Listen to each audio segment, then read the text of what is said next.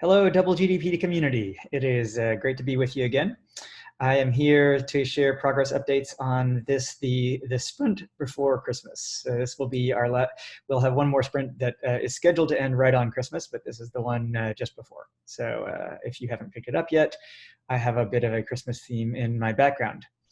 So as usual, we'll go through product, customer, company, and market this sprint. So a lot of great progress on the product side. I'd say this has largely been a sprint around tightening things up and doing a lot of polish from the work that we did when we deployed the security gate access protocol in Kwashi. So one of the big projects there has been unifying the entry logs. We had two places that we were logging entries in the application, one flow that went through if you scanned in as a registered user, and one that you went to if you were an unregistered user. And these showed up in two different places in the application. So we've now brought those together. And that was one, fixing some UI debt that we incurred while we were there in sort of rapid rollout mode. But it also lays the foundation of some of the things that we want to do next, which are to allow a broader type of activities that we track, not just entry to the gate, but exit as well, switching between guards, other kinds of things that might take place as we grow into the number of use cases. So we have a unified activity tracking table now on the back end. And that also now gives us the ability to start building features around ways that we can take action based on that activity. So one of the things that we're thinking about are, if you have a prospective client that comes that signs in through the gate, we want an administrator to be able to follow up with that person, ask how they liked the visit, what can we learn from it, how can we then help them understand if they're thinking about buying a plot, how can we connect them with that opportunity. So this is a great feature that has a little bit of front-end change and a lot of back-end change that we've done that will help us add some new use cases shortly. Around that, we also had a little bit of tightening of the UI, some bug fixes, a few things that Olivier and Mark will take you through a little bit more in their updates. So I won't go through that here, but I am excited about some of those and the ways that the application seems a little bit cleaner. The big heavy lift progress, I think, comes on the resiliency plan, where I think now we are getting in a place where I'm feeling much more comfortable that we have redundant processes in place and good ways of escalating or notifying if something has gone wrong in the application or in the process.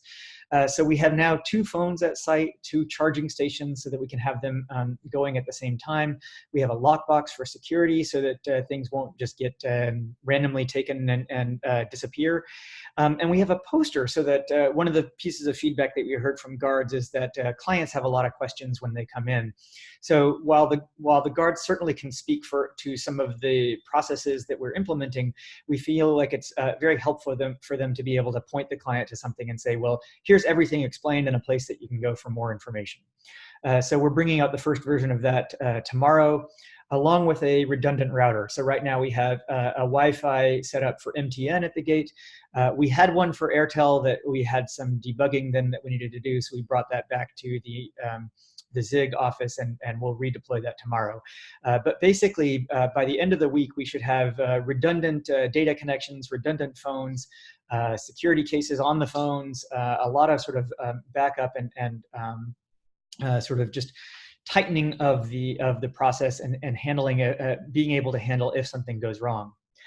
Along those lines, we also have now pager duty rolled out. We have on-call schedules at the company to handle so that we know how things can be alerted internally as necessary. We have monitoring in place on the application to make sure that we can be alerted. And we even have an SMS number now that guards can text and let us know that something's going wrong, and that'll trigger a notification to whoever's on duty from Double GDP. So all of this makes me feel a lot more comfortable. And then finally, on the product resiliency side, I'd say another big step that we've taken this week is we started a hex node implementation that basically allows us to put the guard phone in kiosk mode. So one of the concerns that we have been that we have on the security side there, or on the gate access side, is just running out of data and not being able to then run the application because we don't have a data connection. Kiosk mode will help us solve that when we get it fully deployed, because it can restrict the phone to only having access to the double GDP application.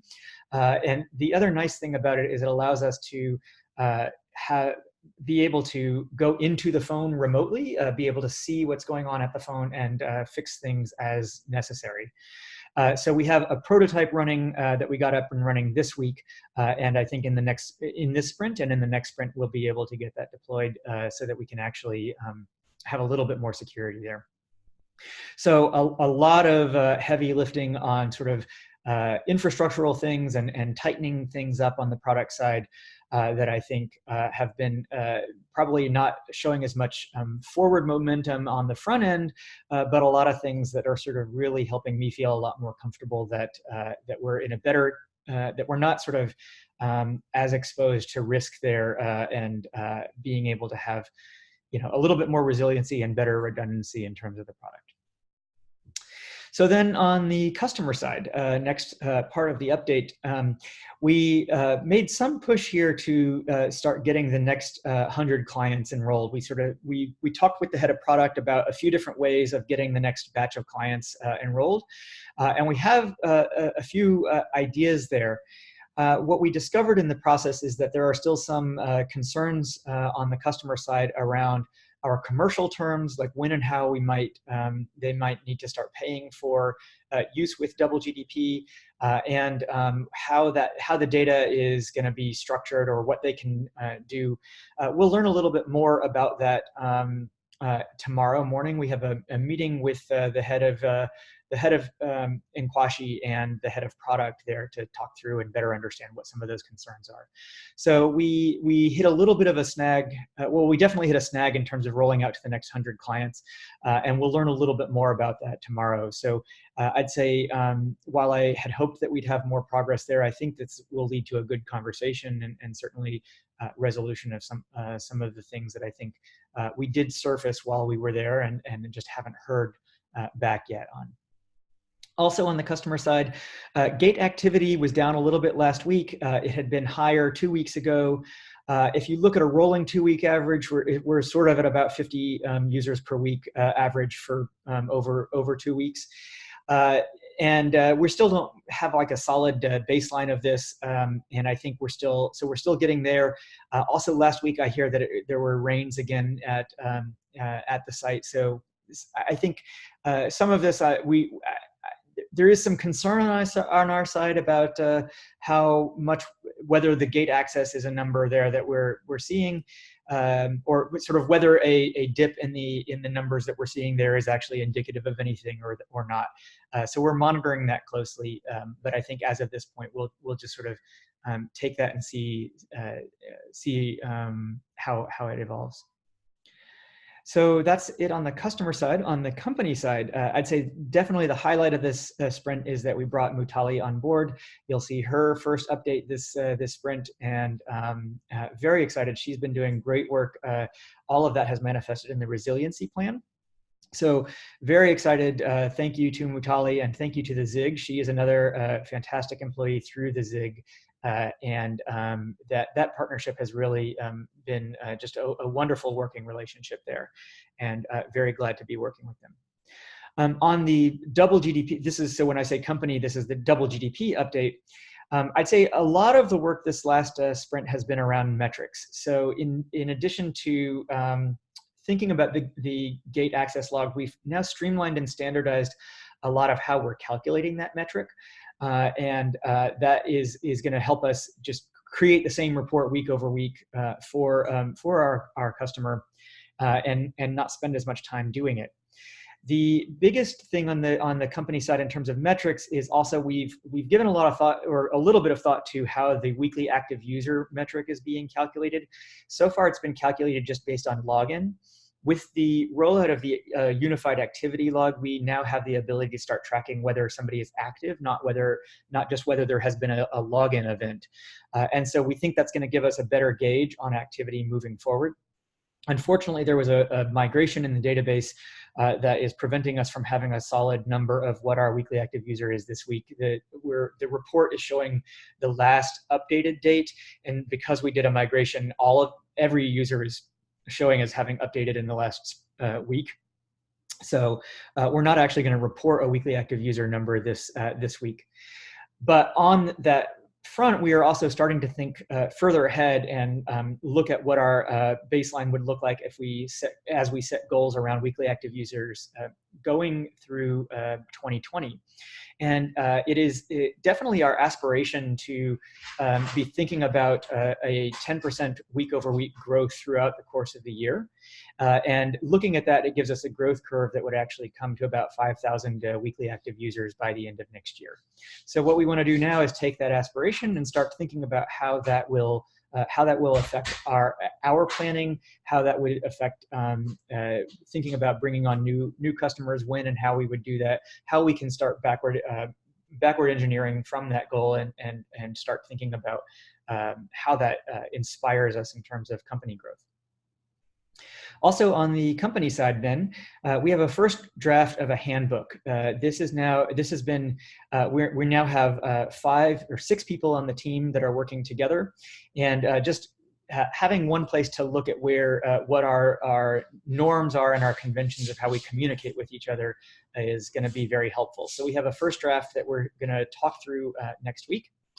And we've also now published our approach to data. So if you go onto our website, this is something that over the last couple of sprints we've been thinking about, but on our website we now have an approach page where we have an approach to data published.